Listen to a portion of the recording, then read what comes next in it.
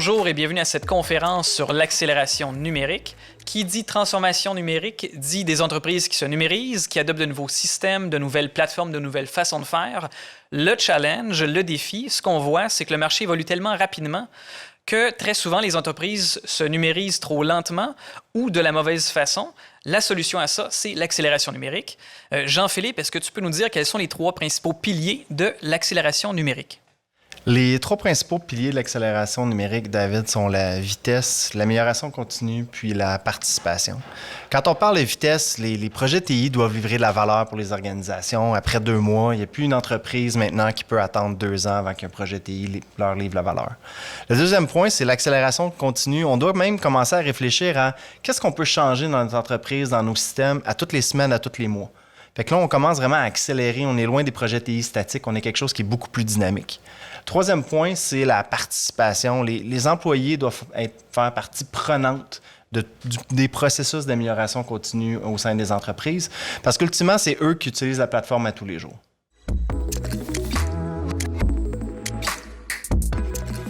Parlons de vitesse et j'ai avec moi Michel Kassab, président de Solgit pour ce sujet. Et Michel, on voit encore ça trop souvent dans le marché, des projets TI gérés comme il y a 20 ans, où ça prend 1 an, 2 ans, 3 ans avant d'être déployé, avant d'apporter des bénéfices aux entreprises. Est-ce que c'est normal? Non, c'est pas normal. Si on prend l'exemple de 2 ans, vous avez passé 6 mois à faire vos requis, 1 an à implémenter, 6 mois à tester et déployer. Dans 2 ans, vous allez être 2 ans en retard sur le marché, 2 ans en retard sur vos requis. Oui, et c'est sûr que 2 ans de retard, c'est une éventualité qu'on veut éviter à tout prix. Et pour vivre une alternative, pour vivre un paradigme différent, de quoi on a besoin pour faire mieux? Vous avez besoin de 2 choses essentiellement, une plateforme et une mentalité différente. Les plateformes d'aujourd'hui sont flexibles, ils peuvent scaler, ils peuvent grandir avec votre entreprise. Votre mentalité, il faut qu'elle change pour pouvoir aller plus vite, accélérer vos livrables de transformation numérique. Vous allez 1 mois à la fois. Qu'est-ce que je peux livrer en 1 mois qui va avoir un impact concret sur l'entreprise? Ça peut être un impact sur l'expérience client, un impact sur la productivité, etc. Très bien dit. Et si ça te va, on aurait un exemple concret à partager. On a avec nous Claude Moureau de Desjardins. Claude est quelqu'un qui a vécu des projets en mode TI traditionnel ainsi que des projets en mode accélération numérique. Donc Claude, dis-nous dans tes propres mots, quelle est la différence entre les 2 modèles? Ben effectivement, les 2 projets, les 2 types d'approches sont pas mal aux antipodes. Un projet d'accélération numérique, essentiellement, vous permet d'arriver à votre destination de façon beaucoup plus agile, beaucoup plus rapide, toujours avec un focus sur le besoin d'affaires qui peut changer en cours de projet. Donc, on vient tester, on apprend des choses, on améliore. Et avec ces apprentissages-là, les gains sont énormes parce qu'il y a beaucoup de composantes qu'on peut réutiliser de façon intelligente dans le développement subséquent. Alors que dans l'approche classique linéaire du TI, bien, il faut tout documenter en amont, très peu de marge d'erreur, très peu de marge pour de la créativité et de l'évolution. Donc, vraiment, c'est aux antipodes aujourd'hui, je dirais, comme façon de penser dans le TI. Oui, et j'aimerais en fait rebondir sur quelque chose que tu as mentionné. Tu as parlé d'essais-erreurs, tu as parlé de faire beaucoup de tests, beaucoup d'itérations. Souvent, c'est des concepts qui sont mentionnés quand on parle des startups, mais moins pour les grandes organisations. Donc, ce que tu me dis, c'est que tu as vécu et tu as pratiqué ces choses-là et tu en as eu des bénéfices importants même dans une grande organisation. Exactement, c'est fondamental. La notion de pouvoir tester de façon itérative, d'apprendre et de livrer par bout permet vraiment de sculpter tes objectifs vers les besoins du client en bout de ligne, vers les besoins des utilisateurs. Donc, pas nécessairement une solution qui est conçue en fonction de ce que je pense qu'elle doit être, mais en fonction de résultats de test, en fonction de résultats de feedback de ce que l'utilisateur et le client veut. Encore un excellent point. Évidemment, tu as testé pour tes clients, mais j'imagine que tu as aussi testé et pris le feedback de tes employés. Ben, effectivement, quand on utilise une solution en automatisation de force de vente, les utilisateurs primaires sont effectivement les employés. Donc, oui, on les implique très tôt dans le processus, dans la phase de design, et on les garde impliqués dans cette phase de test tout au long du processus. Comme ça, les besoins à ce moment-là sont mieux répondus, mieux adressés, et la créativité fait en sorte à ce que les précisions et l'innovation fait surface. On est capable d'adresser ça très rapidement pour livrer une solution qui est complète. Vu que tu as vécu les deux types de projets, est-ce que tu peux me donner un exemple un peu plus concret en termes de temps de livraison comparable entre les deux approches?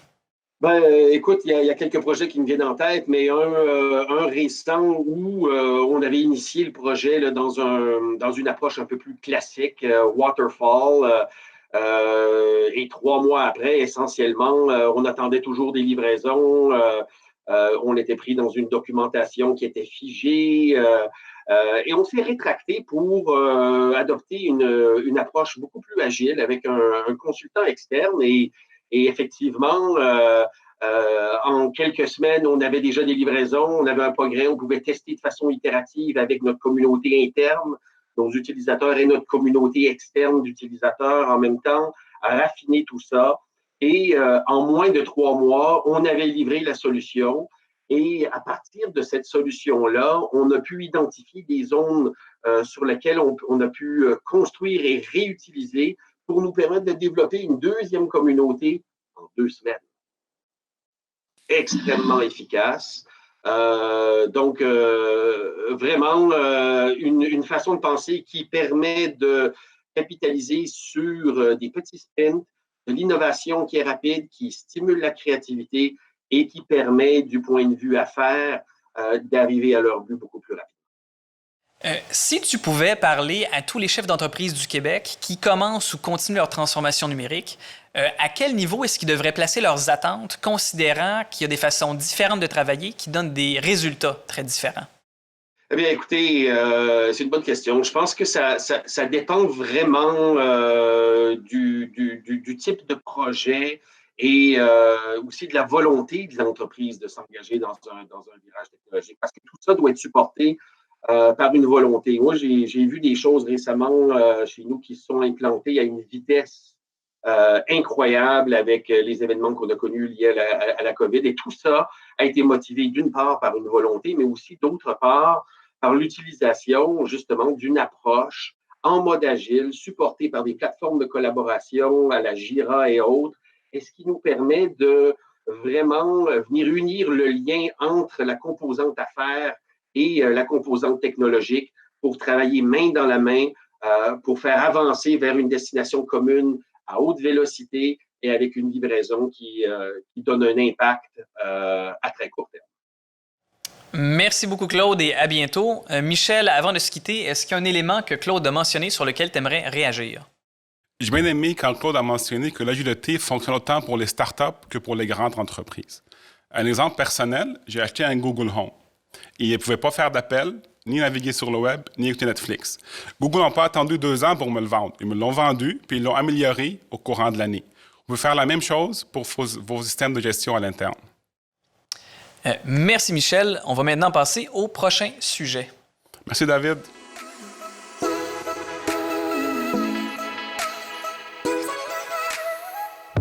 Parlons maintenant d'amélioration continue et pour ce sujet, j'ai avec moi Louis-Nicolas Hamer, qui est vice-président exécutif chez Solgit.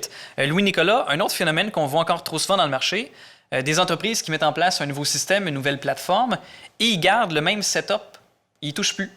Il n'y a rien qui change pendant 2 ans, 5 ans, 7 ans, jusqu'à ce qu'ils changent pour un nouveau système. Donc, qu'est-ce qui cloche avec cette approche-là? Oui, effectivement. C'est vraiment la vieille façon de procéder d'il y a 20 ans en technologie de l'information. On essayait de tout régler les problèmes de la société en un seul gros morceau. C'est beaucoup trop compliqué de le faire de cette façon-là. La meilleure façon, c'est vraiment d'y aller par petits morceaux itératifs. Et quand tu dis petits morceaux itératifs, donc jusqu'où on peut aller, c'est quoi le niveau de granularité qu'on devrait cibler pour s'accélérer au maximum? Bien, c'est vraiment simple. L'idée, c'est vraiment de chercher à s'améliorer de façon continue. Donc, on le fait à chaque semaine ou même, pourquoi pas, à chaque jour. Le fondateur d'Amazon l'a simplifié avec une seule phrase, « It's always day one ». Donc, c'est l'idée de tout le temps améliorer l'expérience client à chaque jour. Et puis, pour ce faire, bien, c'est très simple. Il faut identifier les tâches à faible valeur ajoutée que nos équipes font trop régulièrement. Donc, par exemple, des tâches qui pourraient prendre 1 semaine, on les automatise pour qu'ils prennent seulement 1 une journée, ou d'autres tâches qui prennent une journée, on les automatise à 1 heure, ou 1 heure à 1 seconde. Ce qui arrive, mais là, on vient de créer des gains en efficacité énormes en quelques journées ou quelques semaines. Puis là, bien, ça crée 2 choses. 1, ça crée un momentum inouï dans l'entreprise. Et 2, on vient de chercher une accélération numérique et une accélération de son retour sur investissement dans nos projets. Très bien dit. Et si tu veux, on peut aller voir un exemple concret parce qu'on a avec nous Christine Chartrand, qui est présidente de Rafale Sélection Contact, qui vient d'ailleurs d'être nommée entreprise de service de l'année à Laval. Donc, Christine, tout d'abord, peux-tu nous dire qu'est-ce que Rafale fait au quotidien? Oui, bonjour David. En fait, Rafale est une firme spécialisée en marketing, plus précisément en prospection stratégique corporatif. Donc, on met en relation des décideurs avec les plus belles organisations québécoises dans le but d'augmenter les ventes de nos clients corporatifs. Ce que j'ai vu avec Rafale, c'est qu'il y avait vraiment des améliorations régulières, très, très fréquentes de fait sur votre CRM et vos systèmes. Est-ce que ça, c'était une stratégie calculée ou c'est quelque chose qui est arrivé naturellement? Dis-nous comment ça a commencé. Je dirais plutôt naturellement. On vivait dans le contexte de grande pénurie de main-d'œuvre. Donc, ce qu'on voulait finalement, c'est d'utiliser nos ressources disponibles à leur plein potentiel. Donc, tout ce qui pouvait être automatisé, on voulait le faire. Donc, pour éviter les tâches à valeur non ajoutée, on faisait beaucoup de rapports manuels. Donc, pour nos clients qu'on devait envoyer mensuellement. Donc, ce qui faisait que nos gens devaient à l'interne prendre beaucoup de temps pour effectuer ces rapports-là manuels. Donc, ça, c'est le premier élément. Et deuxième élément, c'est que dès que le rapport est envoyé, il était déjà désuet. Donc, c'est là qu'on a voulu mettre en place un rapport, des rapports qui sont automatisés. Donc, on a créé un portail à l'interne, donc qui donnait une visibilité à nos clients 24 heures sur 24, 7 jours sur 7 et toujours à jour. Vous, quand on parle de portail, de projet TI, souvent, c'est des projets qui peuvent prendre 1 an, 2 ans. Dans un contexte d'accélération numérique et avec la bonne plateforme, combien de temps est-ce que ça vous a pris faire votre portail et vos rapports? Je vous dirais, si on calcule le temps d'aller chercher vraiment les requis auprès de nos clients, faire les premières esquisses avec notre partenaire, avec Solgit, et la mise en ligne, je vous dirais qu'au total, à l'intérieur de 8 semaines, ça a été fait. Et par la suite, ce qui a été vraiment le plus gros gain chez nous, c'est qu'on a été en mesure de devenir rapidement autonome. Donc, on est en mesure de faire des copies de ces portails-là. Donc, on peut personnaliser pour chacun de nos clients. Et maintenant, en début de campagne, bien, on passe 2 heures à personnaliser le portail du client. Et par la suite, tout au long de la campagne, il y a accès à ces informations. Donc, il n'y a plus de rapport mensuel et de temps que nos gens doivent passer pour envoyer, créer les rapports plusieurs fois à l'intérieur d'une même campagne. Et si on prend votre parcours d'accélération numérique dans son ensemble, avec toutes les améliorations que vous faites, quels sont les principaux bénéfices que vous avez eus pour vos clients et pour vos employés? Définitivement, à l'interne, chez nous, l'augmentation de la productivité marquée concrètement. Chez nous, ça se traduit par l'augmentation du taux de conversion. Donc, on parle d'environ 45% d'augmentation chez nous. Pour nos clients, ce que ça veut dire, c'est l'augmentation du rendement de leur campagne marketing avec nous. Raccourcir le cycle de vente également. Puis, je rajouterais aussi l'élément du meilleur lien maintenant, donc entre partenaires, parce qu'on a une visibilité en temps réel. Donc, voilà. Je te pose une dernière question. Disons que tu discutes avec un dirigeant d'entreprise qui fait sa transformation numérique et qui pense que son projet de TI va être long et compliqué. Qu'est-ce que tu dirais à ce décideur? Je dirais de prendre le projet dans son entièreté et de le découper en paliers, puis de prendre une petite bouchée à la fois, puis de s'assurer à chaque étape qu'il y a vraiment un gain pour être sûr de réaligner par la suite aux besoins. Merci beaucoup, Christine, et à bientôt. Louis-Nicolas, on vient de voir l'exemple concret de Rafale. Est-ce que tu aurais un autre exemple à nous donner d'amélioration qu'on ferait en 1 semaine? Oui, l'exemple qui me vient en tête, c'est vraiment les signatures électroniques. Pour moi, c'est inconcevable qu'encore aujourd'hui, on envoie des contrats ou des ententes de confidentialité par fax ou par courriel. Il faut imprimer le contrat, il faut le signer, il faut le scanner, il faut le renvoyer. C'est vraiment une expérience client qui est vraiment trop compliquée, alors qu'on peut tout simplifier ça puis automatiser avec les solutions de signature électronique. Très bon exemple. D'ailleurs, moi, chaque fois que j'entends parler de fax, j'ai des cauchemars. Est-ce que tu peux nous donner un autre exemple, cette fois-ci, de quelque chose d'un peu plus gros qu'on implémenterait en 1 mois? Oui, bien, comme dirigeant d'entreprise, régulièrement, on est amené à faire des tableaux d'indicateurs de performance, des tableaux de bord, des rapports. Puis c'est assez ardu de faire ça en Excel. Puis on sait que ça nous donne seulement une photo ponctuelle du statut de notre entreprise, alors qu'en moins d'un mois, on est capable de monter tous nos indicateurs de performance puis avoir accès à ces données en temps réel. Effectivement, un gros gain de temps pour des gens qui vont faire beaucoup de rapports et qui veulent des données qui sont à jour. On va maintenant passer au prochain sujet. Merci beaucoup, Louis-Nicolas.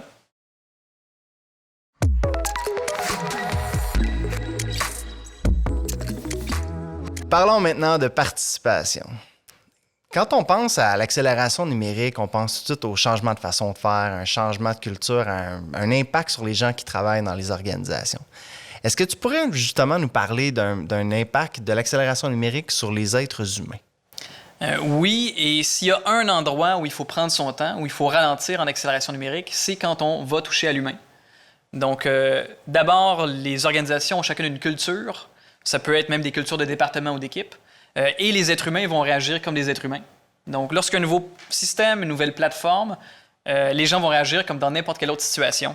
Lorsqu'un nouveau produit qui sort, un nouveau iPhone, il y a des gens qui vont se garocher au magasin pour l'acheter, des early adopters, et il y a des gens qui vont attendre que tous leurs amis, leur famille aient acheté avant de se lancer. Mais c'est la même chose dans une organisation lorsqu'on implémente des nouveaux outils. Et les early adopters et les late adopters, il n'y a pas un comportement qui est meilleur que l'autre. C'est des réactions humaines qui sont normales. L'important, c'est surtout de travailler avec les gens pour les accompagner à leur rythme, les rendre à l'aise et diminuer les peurs, les craintes, des sentiments comme le cynisme ou l'indifférence qui sont normales. Donc, on les rend à l'aise, on les traite comme des êtres humains et ça va les aider à adopter la machine. Puis pour parler plus précisément de l'impact de l'accélération numérique et des projets numériques sur les êtres humains, je pense que tu as une invitée pour nous. Oui, on a Marie-France Bilodeau de Leucan, organisme de charité que tout le monde connaît, qui est avec nous. Donc, Marie-France, est-ce que tu peux d'abord nous dire comment les gens se sentaient dans ton organisation avant l'arrivée de la plateforme? Je te dirais, David, il y avait beaucoup d'engouement. C'était vraiment une plateforme qui était attendue là, depuis très longtemps. Donc, on sentait l'excitation là, vraiment partout au sein de l'organisation. Et comment est-ce que les gens se sentaient la première fois qu'ils ont mis les mains dans la plateforme? Oui, autant l'engouement qui existait à partir du moment où est-ce qu'ils ont fait la rencontre avec la nouvelle plateforme et avec tous les nouveaux termes. Vraiment, là, il y a eu un « Oh! » OK, attends une petite minute, là, c'est gros, ils ont beaucoup de. Donc, ils ont un petit peu descendu du nuage, puis ont fait OK, c'est quelque chose là, à apprendre. OK, donc ils sont descendus du nuage pour une plateforme cloud. Maintenant, quels ont été les trucs utilisés pour les détendre, pour qu'ils se sentent à l'aise avec la nouveauté? Oui, il y a plusieurs trucs là, qu'on a mis en place, dont, premièrement, là, on trouvait important que tant qu'à faire la formation, c'était de rendre les outils agréables, donc un peu ludiques. Donc, on s'est amusé à mettre un petit peu là, de couleurs dans nos modèles de formation. On a fait aussi une session de travail, donc un petit peu hors du travail, qui était plus en formule 5 à 7. Donc, c'était le but de ça était de mettre un petit peu le stress de côté. Donc, vraiment, les gens ont embarqué, ont apprécié. Et à partir de ce moment-là, ça a vraiment changé la dynamique dans le groupe. Ça a donné une grosse pression comme quoi que, OK, on est capable de faire cet apprentissage-là tout en s'amusant. Donc, le fait d'avoir changé un peu la formule, de les mettre dans un autre environnement, ils ont vu que, OK, c'est pas si compliqué que ça. On va le faire avec du plaisir. Puis, ça a été vraiment une très bonne chose qu'on a faite dans le déroulement là, de cette stratégie. On peut effectivement rendre ça plus ludique, plus le fun, plus humain. Et vous avez aussi mis en place une dynamique de formation très, très rythmée, en quelque sorte une accélération de la formation. Est-ce que tu peux me parler de ça? Oui, donc c'était vraiment une fréquence de 2 heures par semaine. Donc, c'était toujours la même journée à toutes les semaines pendant X nombre de temps. Donc, c'était déjà booké dans leur agenda. Donc, avec la formation, ça leur donnait ensuite de ça du temps pour pouvoir se pratiquer, aller pratiquer la formation qu'on avait vue. Et comme tu disais, on a aussi implanté un chat avec lequel que c'était vraiment le groupe de formation qui faisait partie de ce chat-là. Donc, quand quelqu'un avait des questions, souvent il disait OK, Marie, essaie de ne pas répondre, on va essayer de répondre avant que toi tu répondes. Donc, ça a vraiment créé une dynamique. Donc, quand les gens en avaient besoin, tous les gens qui étaient présents pouvaient embarquer. Donc, c'est vraiment un esprit d'équipe qu'on a pu former là, avec ce. Donc, une compétition pour encourager les gens à s'entraider plus rapidement, c'est vraiment une excellente idée. Maintenant, je te pose une dernière question. Disons que tu parles à un dirigeant d'entreprise ou d'un OSBL au BNL qui est en transformation numérique. Qu'est-ce que tu dirais à cette personne sur l'aspect humain puis l'accompagnement qui est nécessaire? Oui, ben, l'humain, c'est dans n'importe quoi. Ils ont des bonnes journées, des mauvaises journées. Donc, c'est de prendre ça aussi en considération. Quand on arrive dans des formations de 2 heures, c'est beaucoup de théorie, c'est beaucoup de... donc, c'est vraiment important d'être naturel nous-mêmes, de s'amuser. C'est vraiment, je vous dirais, c'est vraiment avec l'humour qu'on a fait ces formations-là et c'est ça qui a fait que tout le stress de cette implantation-là a beaucoup diminué et les gens se sont sentis beaucoup plus humains en famille. Ils pouvaient sortir du cadre trop académique, mais en faisant un apprentissage là, quand même assez poussé. Merci beaucoup, Marie-France, et à bientôt. Merci beaucoup. On vient d'entendre parler de l'impact de la culture sur l'accélération numérique. Mais est-ce qu'il y a un impact de l'accélération numérique sur la culture? Oui, une bonne analogie, ce serait de prendre les technologies qu'on utilise nous comme individus. Donc, mon téléphone s'améliore continuellement. Et puisque mon téléphone s'améliore continuellement et j'ai d'autres expériences aussi qui s'améliorent à ce rythme-là, je finis par avoir des attentes à ce que tout mon environnement s'améliore au même rythme. Donc, si on applique ça en entreprise et que moi, comme employé, les outils que j'utilise au quotidien s'améliorent continuellement, je vais avoir les attentes à ce que ça continue. Donc, je vais alimenter ce rythme-là. Donc, ça crée en quelque sorte un effet boule de neige.